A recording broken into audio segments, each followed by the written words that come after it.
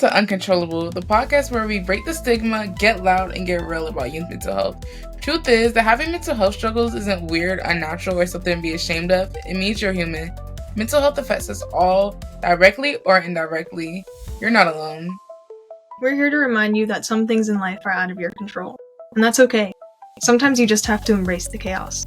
Mental health doesn't have to be scary or heavy all the time. It can also be a very fun and relatable topic. This podcast is packed with stories, tools, and fresh ways to handle all the stuff that feels, well, uncontrollable.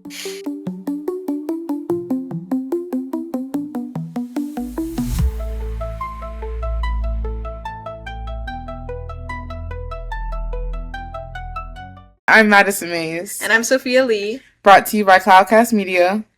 Our goal is to eliminate the mystery and myths regarding youth mental health and answer your most intriguing questions. So let's have some fun and explore the uncontrollable. Today we're here with Morgan Hannaleck, I hope I'm pronouncing that right, from Minding Your Mind, and Chris Trondsen, an OCD advocate and licensed marriage and family therapist. How are you today, Chris? I'm doing well. I love that you're both in California because you're out here in California with me. It's a sunny day. It's nice. I always feel like my mental health is better when it's like sunny and bright out. So just happy to be here. Morgan, can you tell us a little bit about your story and what Minding Mind does? Yeah, absolutely. So Minding Your Mind is a nonprofit that was founded in 2007 right outside of Philadelphia.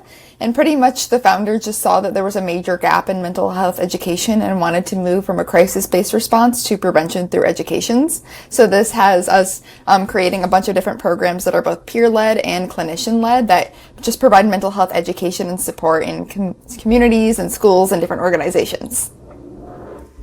Mm-hmm. And can you talk a little bit about the speaker program that Minding Mind has? I know it's very unique. I've never heard of anything like it before. Yeah. So I kind of like to think of the programs into two different buckets. So one of them is the peer-led bucket. So this is where young adults will tell their personal story, struggling with various mental health challenges. And from that peer perspective, we're really trying to get across increasing help-seeking behaviors to listeners and just breaking down that stigma. That's actually how I started off with Minding Your Mind as a young adult speaker, and it's still something that I do that I love very much. And then all the other presentations are going to be done by licensed clinicians. So those are going to be things like educational programs for parents, mindfulness programs, trauma-informed programs, social emotional learning programs. So there's quite the variety. This can be a question for both of you, kind of, but I'll get your take on it. First, Chris, are the expectations we put on ourselves to be happy all the time unrealistic? Happy forever. You're forever. Yeah, one of my favorite books is called The Happiness Trap, and it's about that very topic. I think that's what's really challenging is, especially with social media, we see everybody's sort of like final product. So when you're on Snapchat, TikTok, Instagram, right, and you're looking at your friends' posts, they're posting themselves at a concert or they're posting themselves at a birthday party or just laughing and smiling. And so we start to get this belief that we're supposed to be happy all the time. But in all honesty, I mean, a lot of our life is going to be neutral. We may have great moments, ups and downs, and I think that's one of the pressure we put on ourselves. And if we're not feeling happy in that moment, then we start going down the rabbit hole of like, why am I not happy? I should be happy, which just makes us feel a lot more sad. Or like we're kind of like, feeling left out because everybody else seems so happy. It's a lot of times like you go to a restaurant and they're like, how was the food? And you're like, it's great, even though you didn't think it was great. So we're all kind of primed to always put out there like, everything's great, everything's happy. And I hope, I see it a lot more with my younger clients. People are being a little bit more honest and real. And it makes people feel better to know that their friends and their family and classmates and stuff struggle too. You don't have to be happy all the time, even though we like that. But it's not realistic, unfortunately.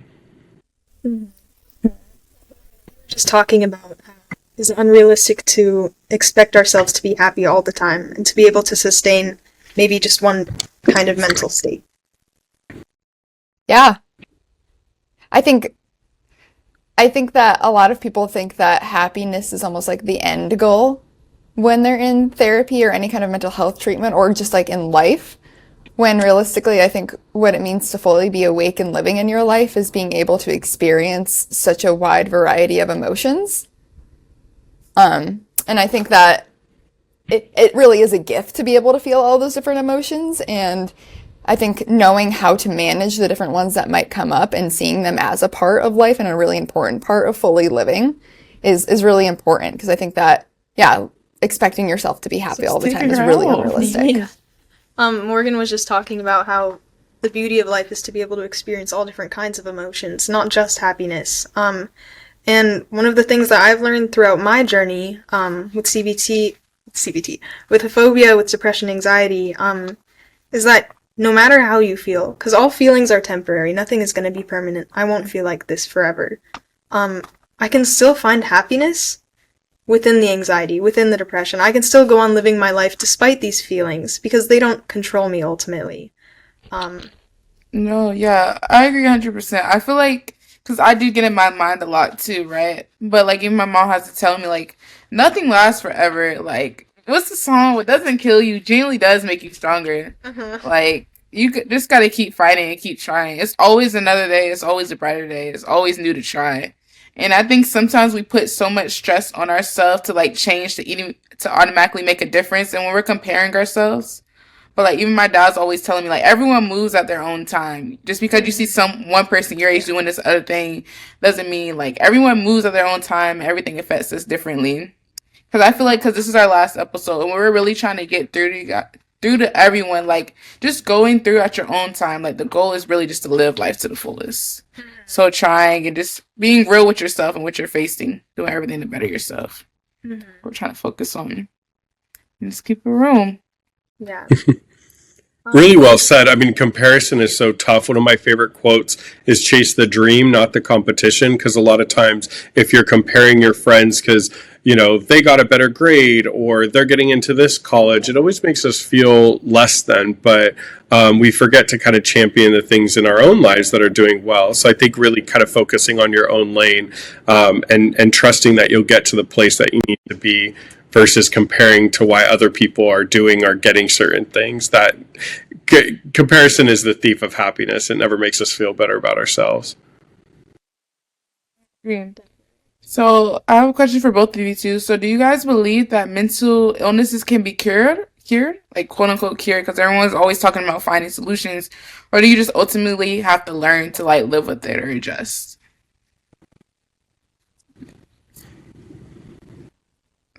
I personally believe that similar to the way that grief doesn't go away, we find ways to grow around that grief. I think it's very similar when it comes to mental health challenges. I think that when we develop a mental health challenge, it has to do with so many factors, and those factors and experiences are major parts of our lives and who we are. And I think that in order to feel at peace with that experience and that diagnosis, if you do have one, I think it's important to grow your life around it and integrate those struggles that may have been a part of developing those symptoms into who you are and who you're becoming.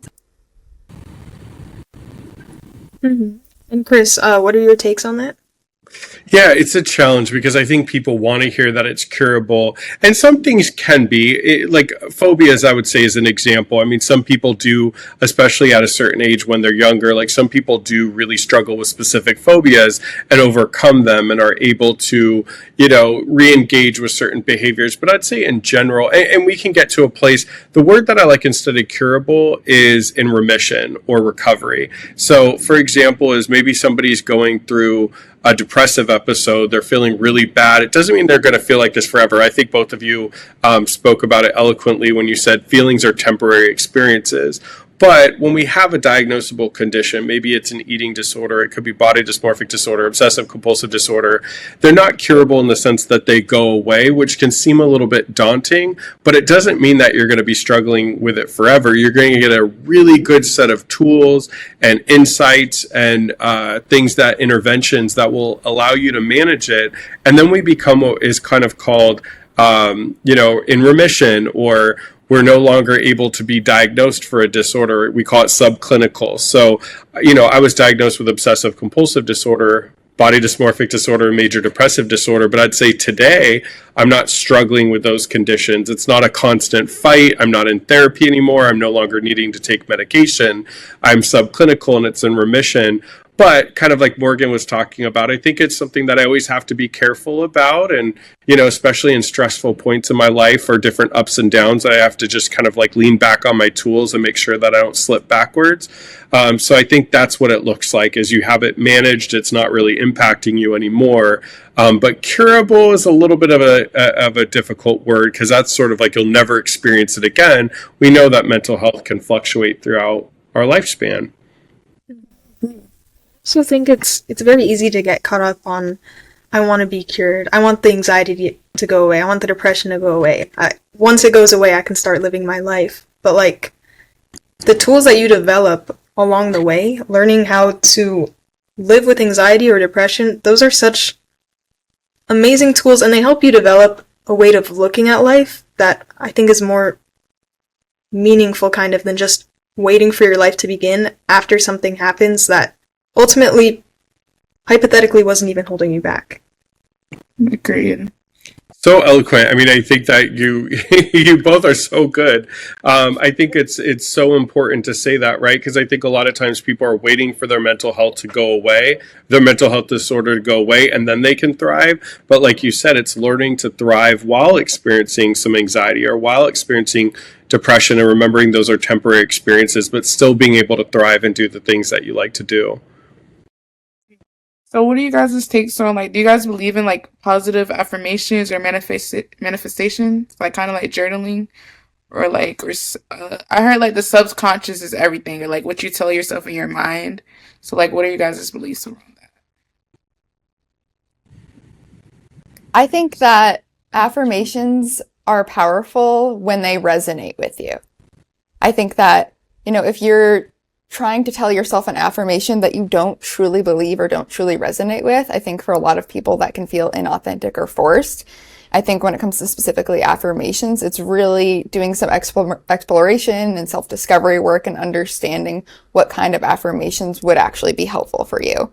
I think about this a lot of the time in the context of body image, where I think a lot of people that have struggled with their body image, when they try to say affirmations like, I love my body, a lot of the time that can feel forced when maybe they're not quite there yet. So sometimes even moving to a place of neutrality when coming up with different affirmations and also changing negative self-talk, I think that's also a really great place to start, because I do think that the thoughts that we have can shape our life.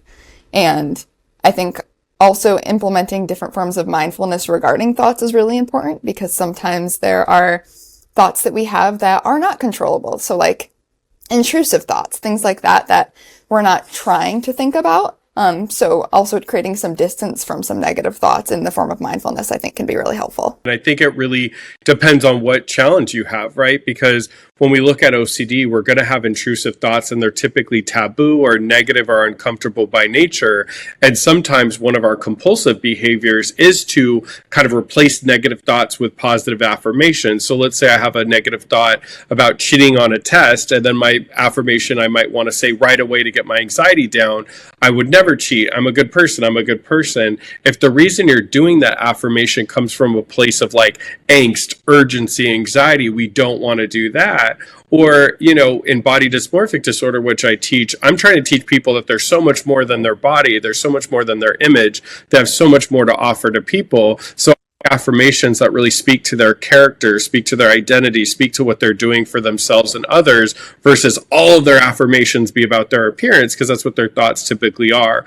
However, some people really like affirmations, and sometimes with my clients with depression, for instance, like having a affirmation about what they're grateful for that day, because typically with depression we're very negative and we focus on the things we don't like about ourselves or the day. And so having like a gratitude journal, you were talking about, Madison, journaling, like a gratitude journal at the end of the night to really reflect on what they are happy about or grateful for that day. So I think it depends on context, but like Morgan was saying, rather, really finding something that speaks to you and doesn't feel fake or forced. Okay, yeah.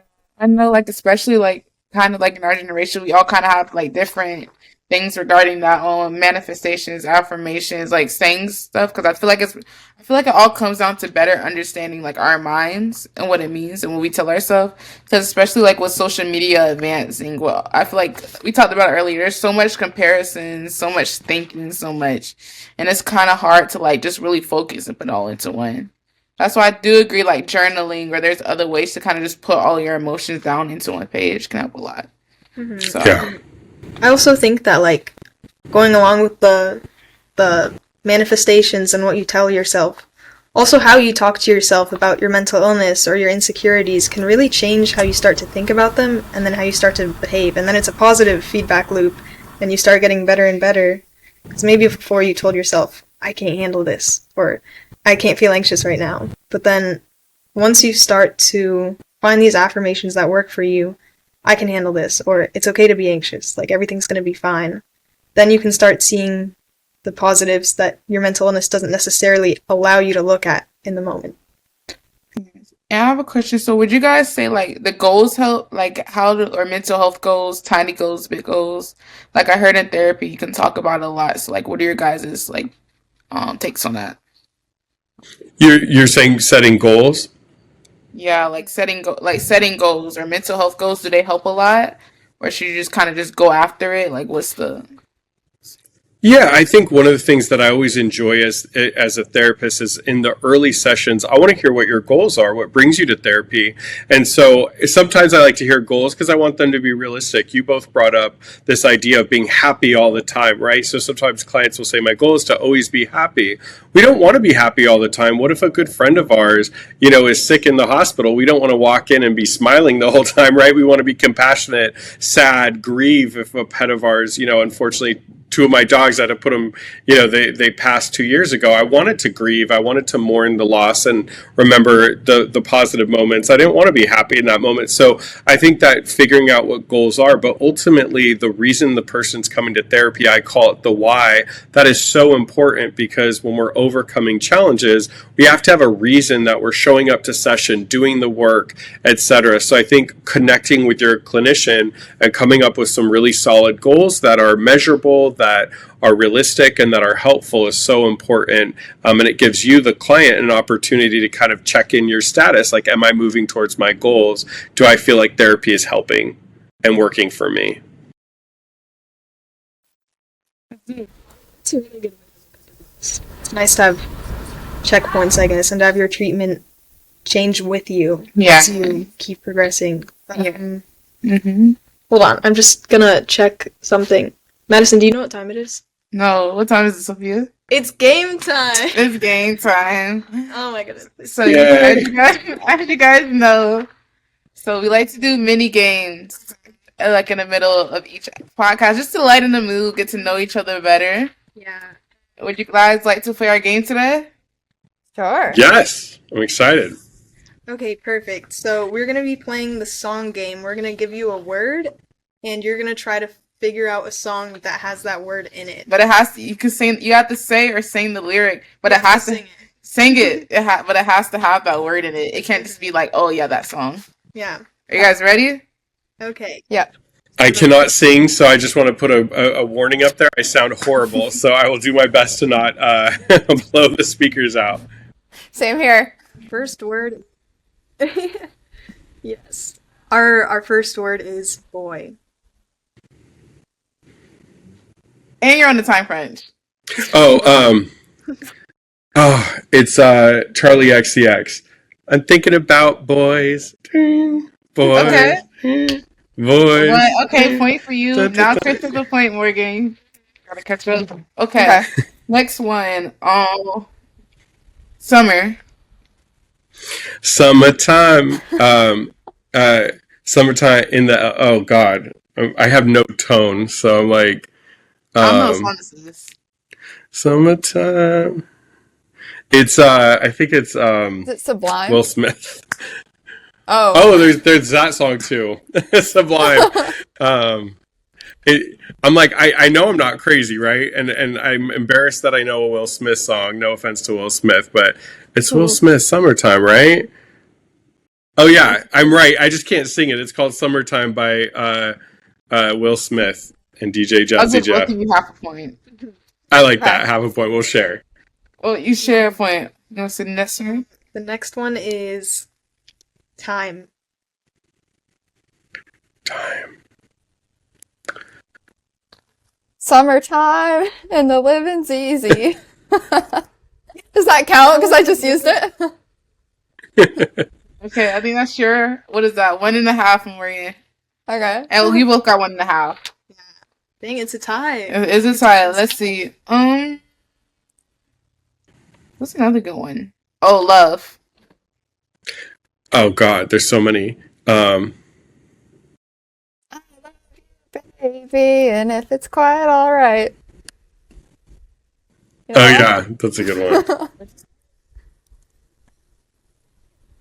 Oh, infant. Yeah. Is that Okay. Surf Mason? Old school, yeah. I don't know what that is, but I know the song. Okay, that's 2.5. They already say night. We haven't said night. Night. Night, but I think night's a little bit harder because I can't even think about it. Night. Oh, You want one for night? I can't think but of I'm one. gonna wait for night. Night. Tonight will be the night that I will fall for you. Oh yeah. Like out the Oh God, a J-Lo song came out. Waiting for tonight. Oh, that's a good I'm glad one. you guys thought of Way it. too That's late. 3.5. Chris, you gotta get your game back. I on. know. I don't like to lose, so I better get in the game. Okay. This one gotta be fast because you guys are gonna know it. Christmas. All I want for Christmas is you. But I should have sang the Mariah, but I can't do a Mariah voice. But you know. It's a good That'll one. be 2.5. Okay, let's see. You want to choose the next one? Let's do Friends. We can't be Oh, friends. It's like an Ariana Grande should be- song. All of this music is so good, guys. Like, good job. This could have been really embarrassing, but this is really good. No, I'm glad it worked out. Yeah. Okay, I see the music. What's another one? Fall. Either season or fall. Oh, Fall. I love Oh, the my month, favorite but it's the singer is season Brandy, of and the she has a sticks. song called Fall.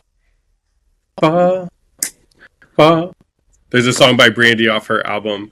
She's my favorite singer called Fall. Brandy's your favorite singer? Okay, I might. Yes, I I'll love play it. Brandy. I'll give you the point just for that. I'm sorry, Morgan. I'm seeing her in concert in November, so I'm so excited. I guess what are we at? Like, how many points? I lost the points. I think you have like 2.5. Oh, yeah, I'm yeah. down by 1, so she's beating me by a point. Okay. Oh, you are competitive because you're remembering. I remember. Okay. Let's see. Let's find. Okay, this one is kind of hard. Kind of not really. World. It's a small world after all. It's a small Good world after all. A small world. I know, because then came We Are the World.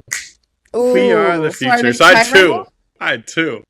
Then they're tied. So we need one more really last one.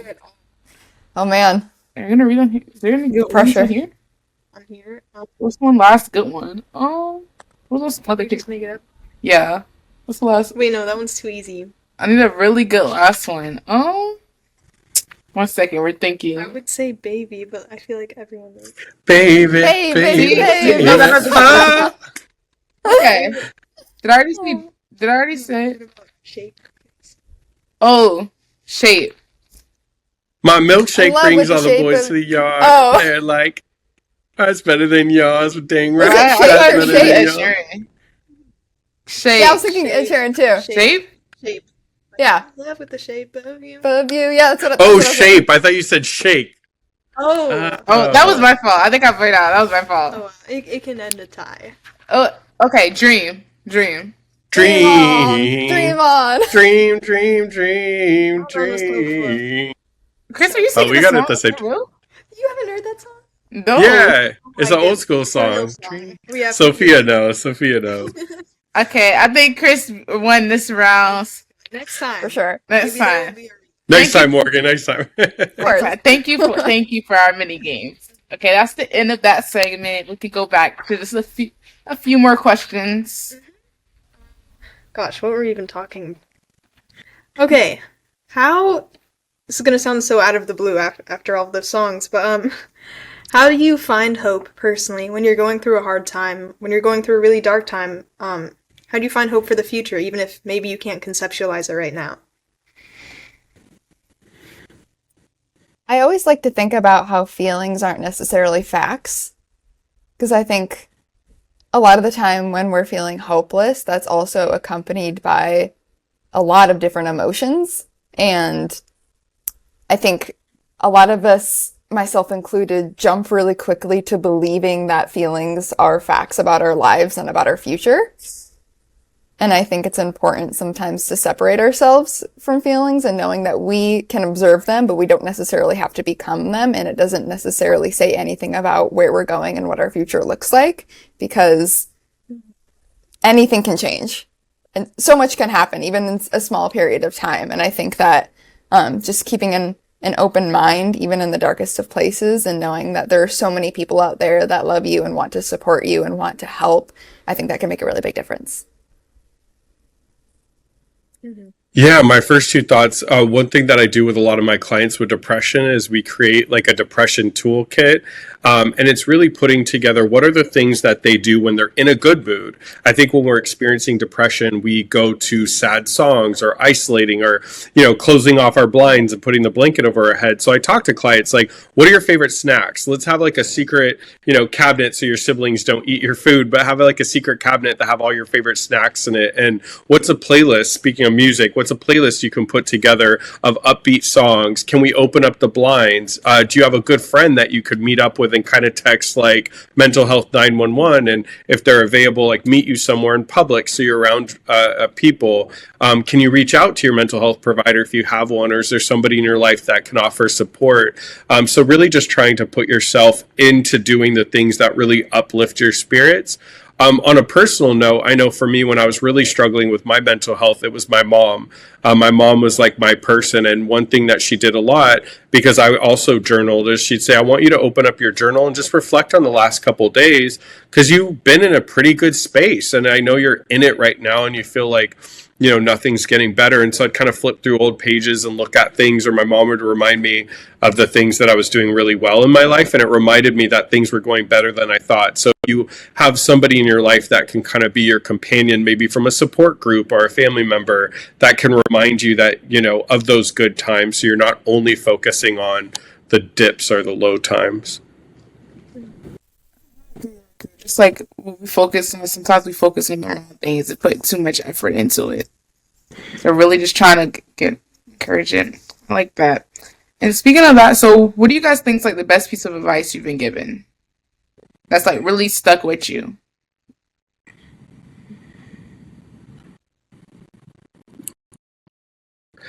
I think for me, one of my favorite quotes is, if you're experiencing anxiety, you're living in the future. If you're experiencing depression, you're living in the past.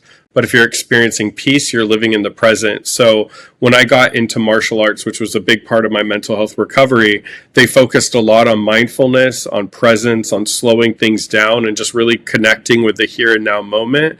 And I found that that's when I was always at peace. So when my brain was creating all these what if scenarios in the future, or reflecting and judging my past choices, tapping back into the current moment just allowed me to be free and feel better and say, okay, what am I going to do in this current moment to shape my life the way that I want? So I think a lot of times if you're living in like a time machine, either future tripping or, shifting on the past, what can you do in this current moment to reconnect with yourself and make a values-based choice to move forward?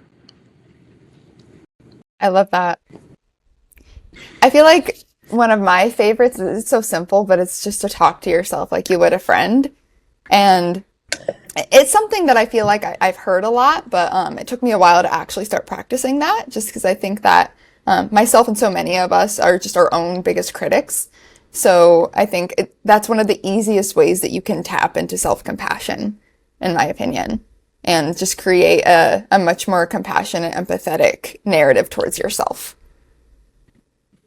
Yeah, if I could just say quickly, I love that, Morgan. If anybody knows who Wentworth Miller is, he's an actor. He was in the Fox show. I forget the name of his show. It's about Prison Break. But I know him because he was in a Mariah Carey music video, and I love Mariah Carey. But he has a talk that he does at Oxford, and he talks about being his own best friend, just what you were saying, Morgan. And it's such a cool speech, and he's talking to a bunch of students, but that's what he really says. He's like, I am so there for my friends and compassionate for them, but then I'm so harsh to myself. And if I spoke to my friends the way I spoke to myself, I wouldn't have friends. And he's talked about like finally learning that he deserves that same self-compassion. And I think that's so important. So I'm glad you brought it up. Like and speaking of like self-compassion and self-love, like how much of a role do you think that plays into like mental health? Because I know it plays like a very large role. So what do you guys usually tell people that are struggling with these insecurities, these self-esteem issues? Like how do you get past it?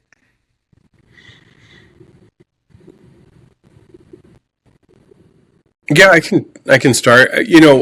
One thing I talk to all my clients about is I want to hear what your inner dialogue is. So one of the first exercises I'll have them do is to notate how they're speaking to themselves. So if somebody's seeing me because of a body image disorder, right? Like what are they saying to themselves when they see themselves in the mirror or in a picture? If they have OCD, like what are they saying to themselves throughout the week? And we look at that together, and typically there's a lot of self-criticism, a lot of harshness.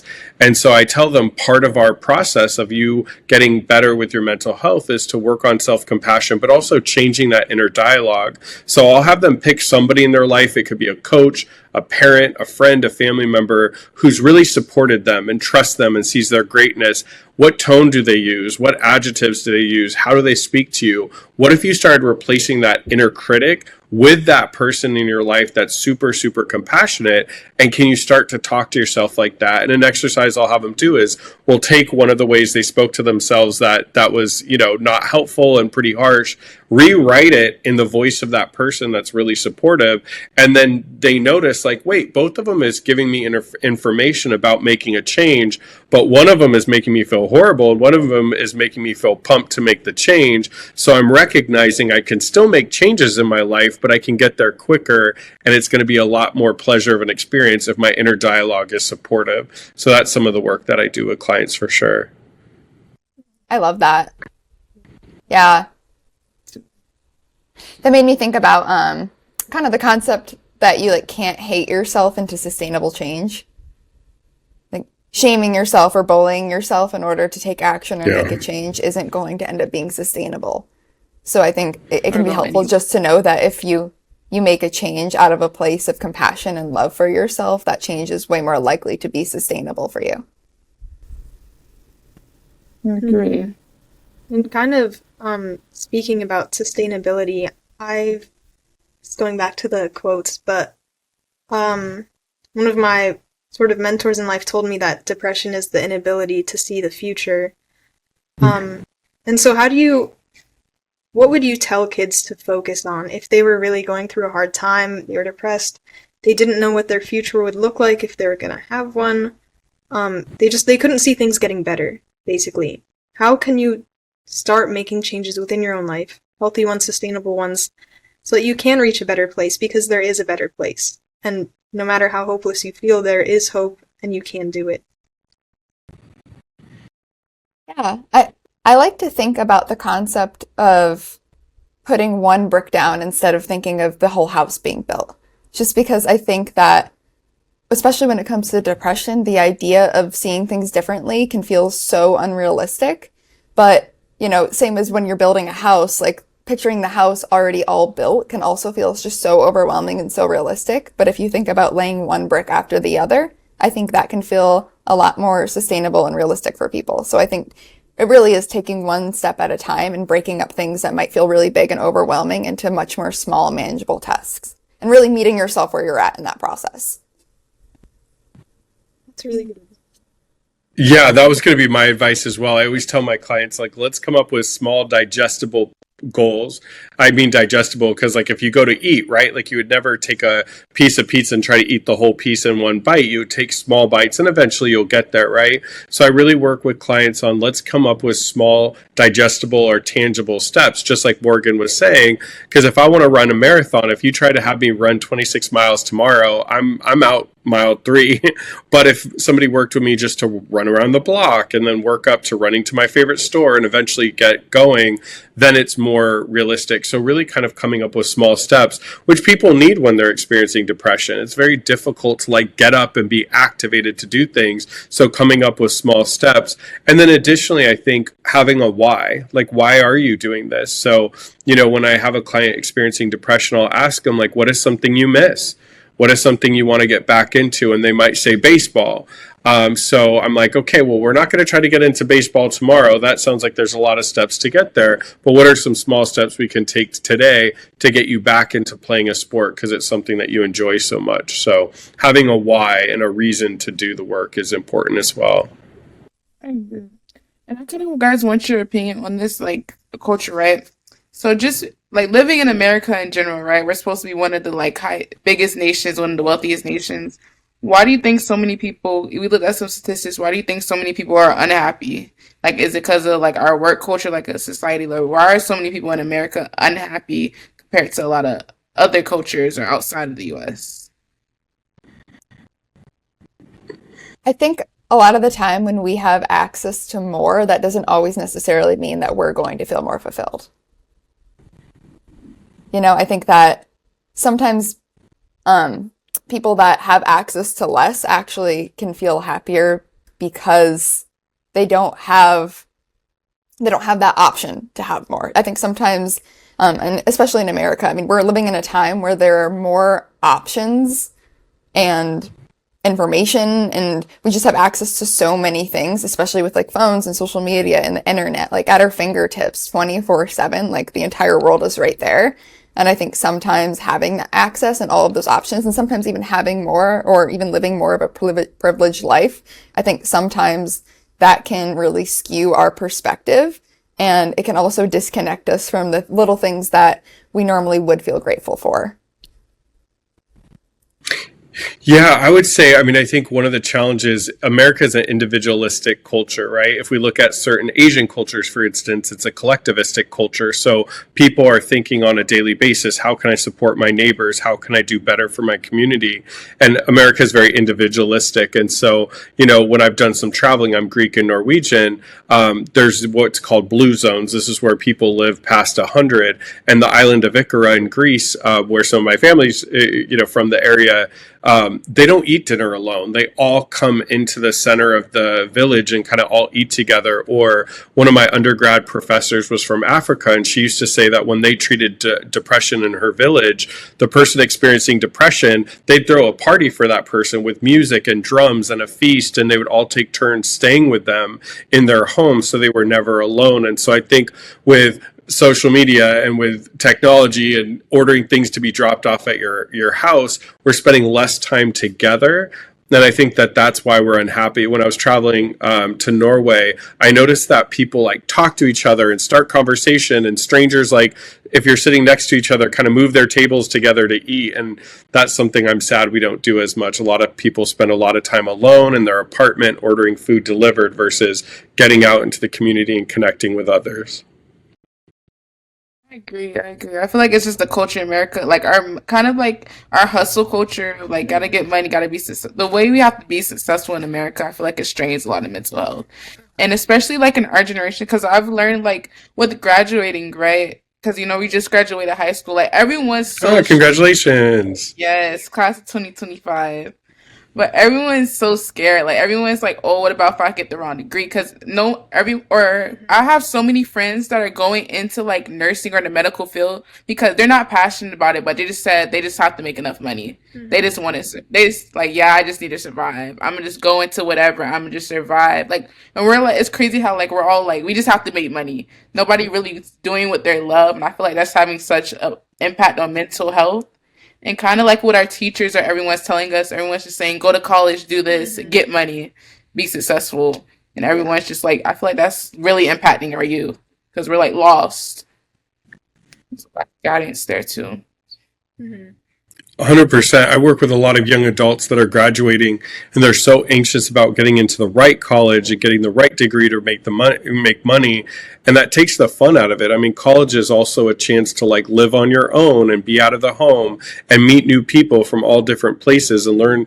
In colleges we have international students, we have students from different geographical areas, ethnicities, races. It's an amazing time to meet people that don't look or worship like you and learn new things, but none of that is really pushed on people. Instead, it's like, get school, get good grades, go to an Ivy League, brag about what school you went to, and there's always like more, like Morgan was saying, instead of just gratitude for what you have. So I tell people, start to really look at like what you are doing and accomplishing and being proud of that versus always hustle culture of like, what's next, how do I make my next money, or oh great, I have an album on the charts, what's my next album, right? If you keep living like that, you never fully appreciate what you currently have. I feel like all of this expectation, especially in America, for success, get into the school, get a good job, make money, all these things. When you have so much expectation, that's also as much failure as you can set up people to have. If there were no expectation of being able to be that successful or no pressure to be that, then you wouldn't be failing by just living your life and having fun. So it's very interesting to think about. Or compared to other cultures, because I have like friends from other countries, and she's like, yeah, like they have aunts that like they're not making the most money, but they're happy, like they're just giving tours around to tourists, but they're still happy. Like I was like, in other countries, they're like satisfied, they can just, and they have times like their work gives them a lot of breaks, gives them a lot of time to grow. In America, it's just like a straight 8 hours, and you might have a 30-minute shift, and then you're just like staying there, and then we just keep prolonging this whole entire cycle. So, and I think another thing is like everyone's like scared of being stuck in a cycle too. Like that's what I never want. I never want to be stuck in a cycle where I'm just like unhappy. So it's kind of that confusion that's being brought on a lot of people. Like what path? Like you want to be happy, but you really need money more than the happiness. So that's like kind of finding that balance is a lot of struggle for a lot of people too. Mm-hmm. I think I'm fortunate enough to love what I do. I mean, I love my career. It makes me very happy and rewarded. And I always feel sad, just like you were saying, is Madison is like, I have friends that don't do jobs that they love. And so they complain to me all the time. I'll hit them up after work and I'm like, how are you doing? I'm like, great. And they're just really struggling. So I think a lot of times people do prioritize a paycheck. I had a friend who was a lawyer and was miserable, but making good money. And that was the challenge. Like, do I make less money, but teach, which is what I love? Or do I continue to be a lawyer and hate my life, but I make money? And I think we emphasize so much on like finances and money and hustle that sometimes people unfortunately aren't doing the things they love. I think we need to start taking the pages out of some other books. Like really just embrace being around friends. Like just embrace because life is short. Like life, like you really have to like live it. And there's so much we get pushed on in America that we need to take pages and really embrace it. Mm-hmm. But while we're starting to end on a more positive note, so what do you say to people that feel like they're going to be like the same way forever? They feel like there's a lot of people that don't feel like they're going to change or just have like accepted it. What's your advice to them? I think that we can always evolve if we choose to. And I mean that in a way that I think can be really empowering. I think that we do have a lot of agency over our lives and autonomy, even if it doesn't feel like it, especially when we're struggling with mental health challenges. And I think that we always have a choice and we always can choose to go in a different direction. And I think that within knowing that we have that autonomy, I think that also can help us see that we also can always find hope, even in the smallest of ways. Yeah, what I would say is that people get better from therapy. That's why it's been around forever, right? Like people find the right therapist, the right treatment. But in addition to that, it's really about hearing success stories. So in my community, for instance, we have a podcast called Your OCD Stories, and it's hosted by a good friend of mine, Stuart Ralph, who's out of the UK. Or a good friend of mine, Kim Quinlan, hosts a podcast called Your Anxiety Toolkit. And both of those podcasts have on guests that have dealt with their own mental health struggle, but really turned it around and are thriving in life. And so I think a lot of times hearing stories of hope and, you just basically hearing from people like you. I mean, I think this podcast, for instance, right? Somebody's going to come across it, see two, newly fresh graduating from high school people being open and honest about their mental health and talking about it, and that's going to inspire that conversation. So I think the more people are opening up, sharing and discussing mental health and overcoming it and giving hope, I think that can be something really helpful for people that are struggling. Agree. I really appreciate that take too. And that's why I just feel like we just gotta embrace the road ahead.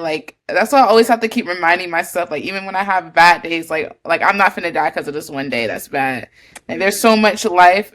Sometimes I I get in my head oh, I should do this. I need to do this more. I do this more. But I'm we're really still young, and that's what I kept talking about earlier. That I be talking we all move at our own pace. So really thinking about that, and it's just living life to the fullest. Well said. No, that was really good. I want to end on that. But yeah, this is going to be our last episode too. I hope everyone has learned a lot about just... Thank you for listening and going through this with us. Thank you for listening. Thank you for the journey. And just remember, it's okay to ask for help. It's okay to have a community. And there's always another day. As long as you don't give up, just remember that there's another day. You'll be okay. We'll figure it out. And everyone moves at their own time. Everyone moves at their own time. You guys have any last comments too for the podcast? Yeah, I'll just say it doesn't last forever. I know that sometimes right now people are struggling and having a difficult moment. It does feel like it's going to be forever. But remember, for instance, when it's your birthday, you're happy, you're doing great, but 5-6 days later, you're not feeling the same way. Well, it's the same with challenging emotions. They don't last forever either. So you may be in a low moment, reach out, speak to somebody, get help. But remember, it's temporary and you can turn things around and, really get to a place where you're thriving. So I hope that people know there's hope out there. Agreed. Pain isn't permanent. Pain isn't perfect. What doesn't kill you makes you stronger. One of my favorite songs. Yes. But I really appreciate you guys being here with us today for our last episode. I feel like we really got us some advice on the road ahead and just being open for the future. Mm-hmm. And once again, I'm Madison Mays. And I'm Sophia Lee. Brought to you by Cloudcast Media. Today we talked with Morgan from Minding Mind and Chris Trondsen, who's a licensed therapist, and we talked about hope for the future. Hope for the future. You gotta keep on pushing, because sometimes that's really all you can do. And I'm really glad you're here. Mm-hmm. So we hope you guys have had fun, and remember, don't be afraid to explore the uncontrollable. Thank you so much. Thank you.